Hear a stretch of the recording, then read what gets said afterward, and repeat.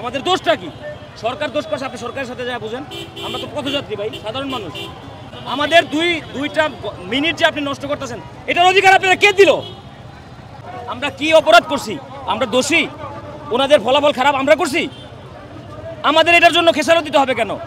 আমি বারবার বলতেছি ভাই, আমি আসরের নামাজটা পড়বো, আমার একটু যাইতে দেন।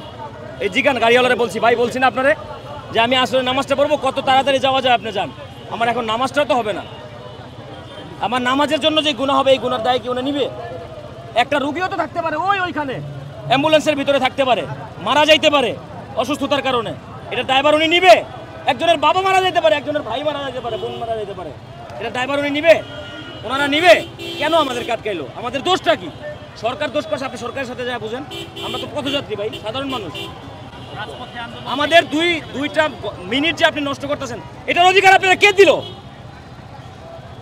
বলেন, এই অধিকার আপনার কে দিল? আমার 2 মিনিট সময় আপনি কিভাবে নষ্ট করেন? এই অন্তর্বর্তীকালীন সরকারের সময় যে কোনো দাবি আদায়ের ক্ষেত্রে আমরা দেখি রাজধানীর গুরুত্বপূর্ণ সড়কগুলো অবরোধ করে। আসলে সেক্ষেত্রে আপনারা আমরা এটাতে সম্পূর্ণ নিন্দা জানাই ভাই। এটা কোনো আন্দোলনের সিস্টেম না। ওনারা শিক্ষিত মানুষ, ওনাদের কাছ থেকে আমরা এটাই শিখবো? এটা শিখার আছে? এর থেকে তো আমরা ভালো জানি ভাই, আমরা মূর্খ। এর থেকে আমরা ভালো জানি যে একটা পথচারী মানুষকে আটকাইলে এটা গুনার কাজ, এটা খারাপ কাজ। আমার আর কিছু ভাই বলার নাই, ঠিক আছে? For more updates, follow us on Facebook, subscribe our YouTube channel, get the latest update on www.daily-sun.com.